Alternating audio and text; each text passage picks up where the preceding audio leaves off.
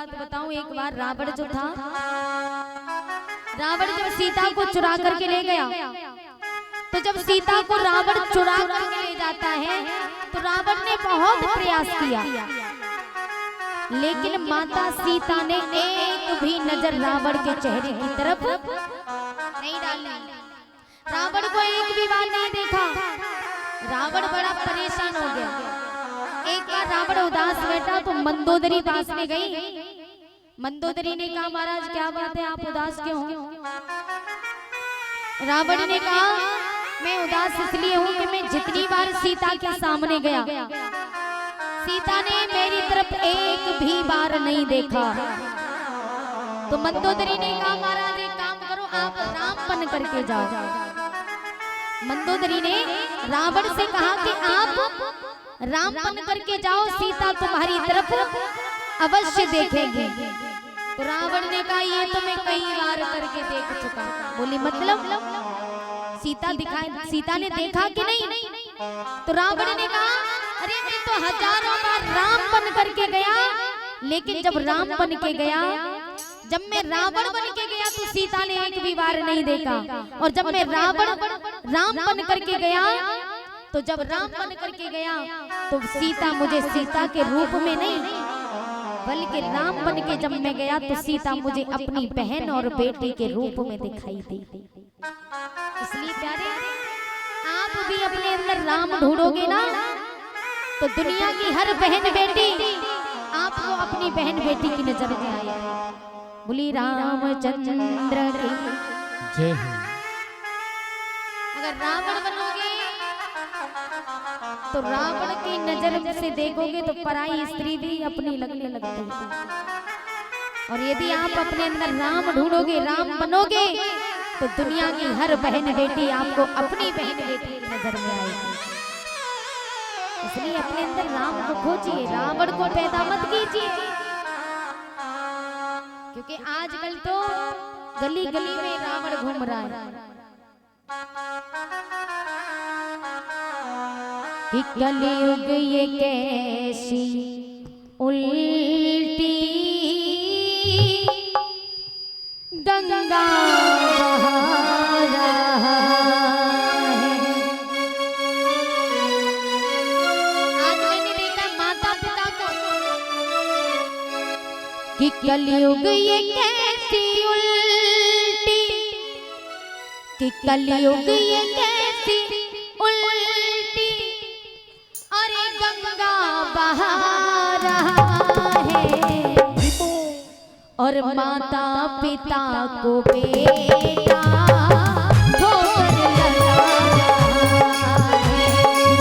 माता पिता को बेटा ठोकर लगा रहा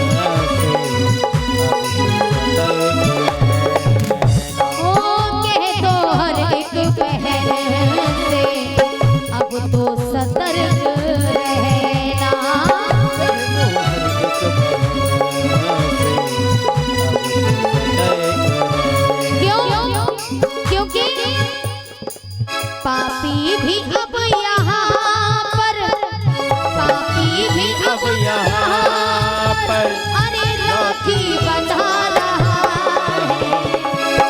और माता पिता को बेटा ठोकर लगा रहा है। माता पिता को बेटा ठोकर लगा रहा है। कलयुग ये कैसी उल्टी, कलयुग ये कैसी उल्टी गंगा बहा रहा है। माता पिता को बेटा ठोकर लगा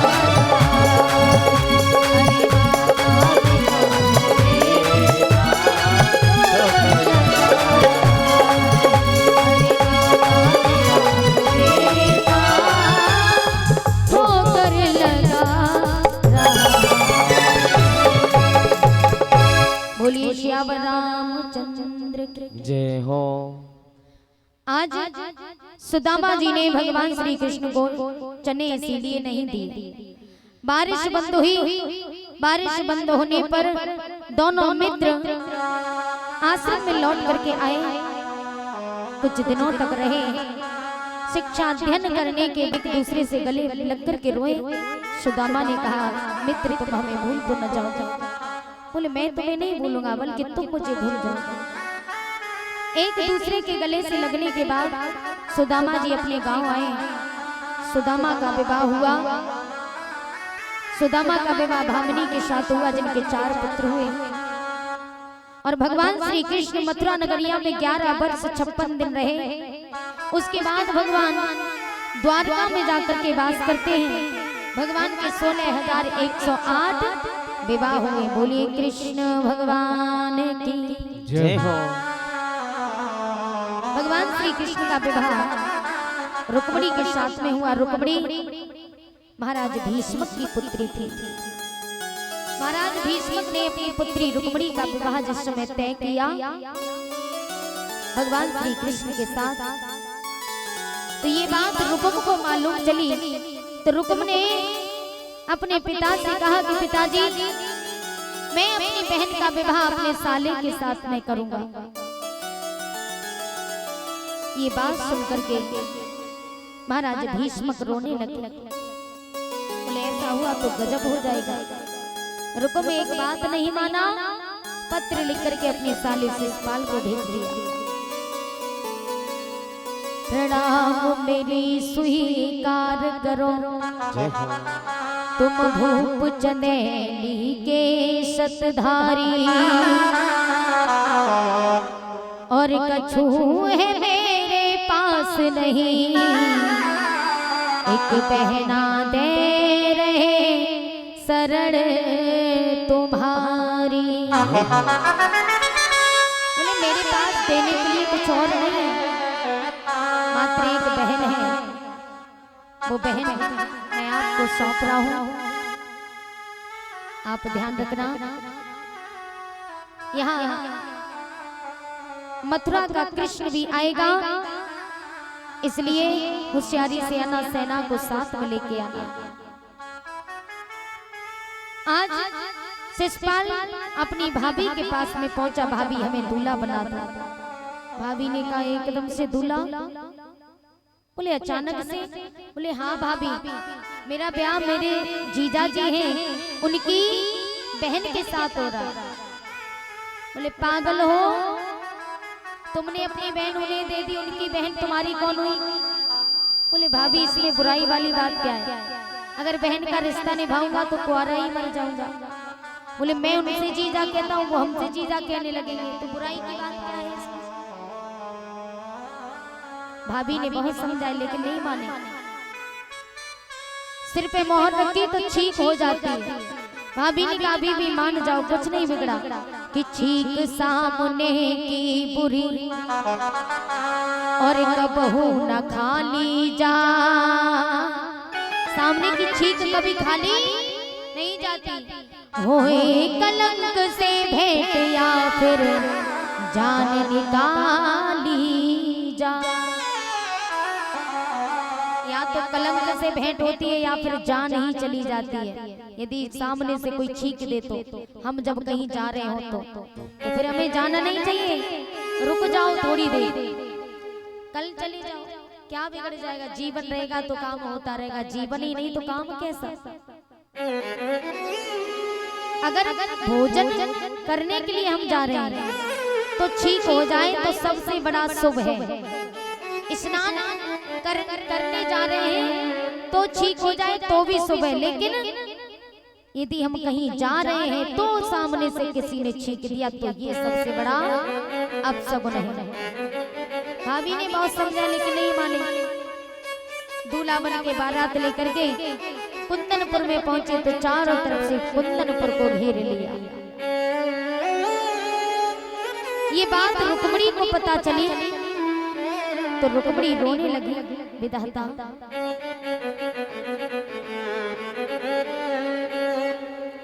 मैं तेरे बगैर जी नहीं सकती, मैं विवाह करूंगी श्याम तो सिर्फ तुम्हारे साथ, अन्यथा मैं अपने प्राणों को त्याग दूंगी।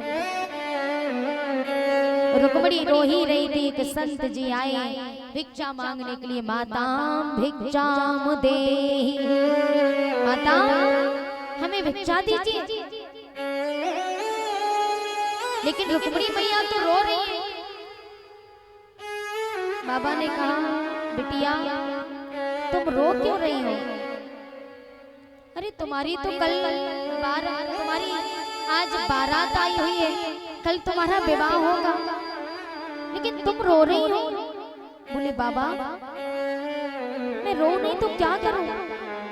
मेरे भैया ने मेरा विवाह अपने साले के साथ में तय किया है और मैं भगवान श्री कृष्ण से प्रेम करती हूँ, मैं उनके बगैर मर जाऊंगा।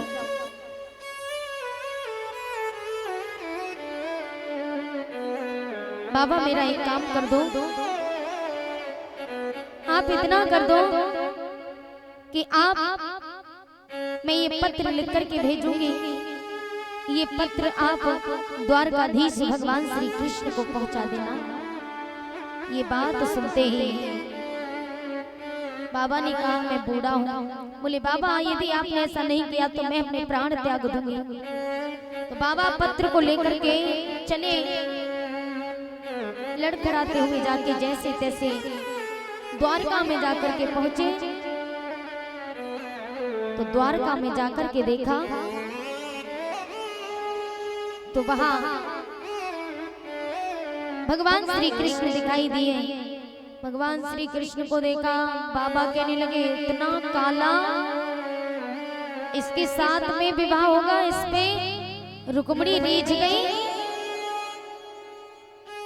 ब्राह्मण ने कही हे गिरधारी, मैं कुंदनपुर से आया हूँ, रुक्मिणी तुम्हारी दासी है, मैं उसका संदेशा लाया हूँ। बाबा ने कहा मैं रुक्मिणी का संदेश लाया। भगवान श्री कृष्ण देर नहीं करते, पत्र को पढ़ा तो बाबा को रथ में बिठाया और रथ में बिठा करके देवी अनुकंपा के मंदिर में रथ रोक दिया और कहा बाबा जाओ, जाकर के रुक्मिणी से कहना कि मैं देवी अनुकंपा के मंदिर में इंतजार कर रहा हूँ। तो ब्राह्मण देवी मैया रुक्मिणी के पास में गए। रुक्मिणी मैया श्रृंगार करती, उनकी सखियां श्रृंगार कर रही हैं। तो रुक्मिणी सखियां से बोली है बहन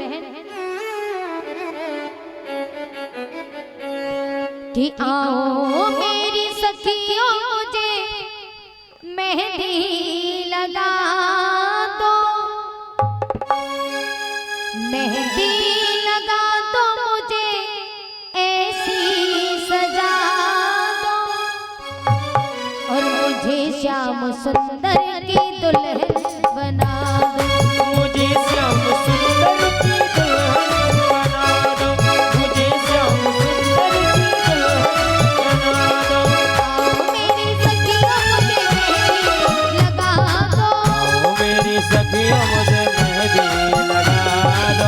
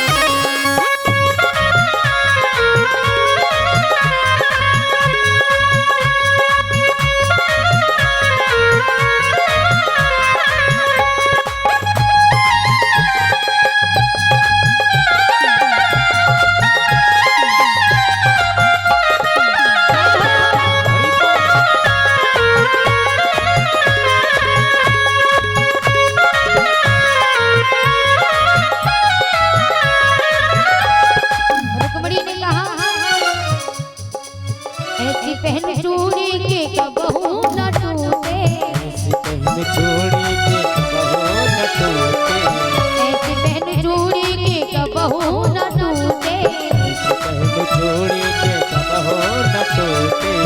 ऐसा बरु दूल्हा के कबहू न रूठे। सबरू दूल्हा के कबहू न रूठे।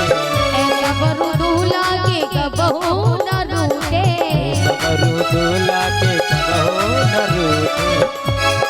अटल सुहागन का जोड़ा पहना दो। अटल सुहागन का जोड़ा पहना दो। अटल सुहागन का जोड़ा पहना दो। मुझे श्याम सुंदर की दुल्हन बना दो। मुझे श्याम सुंदर की दुल्हन बना दो।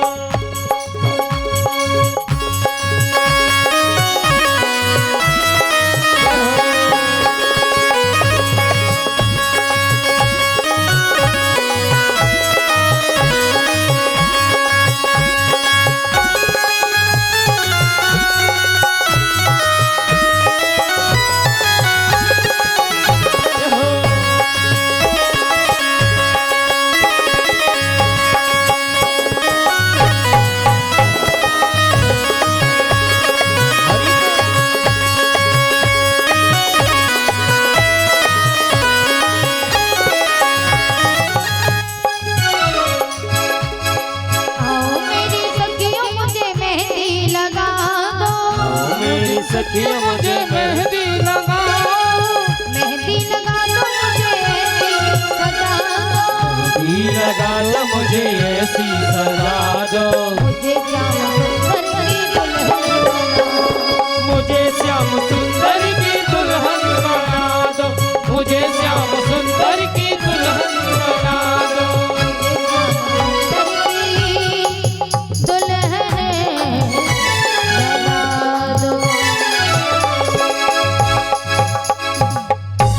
बोली गोविंद भगवान की जय हो।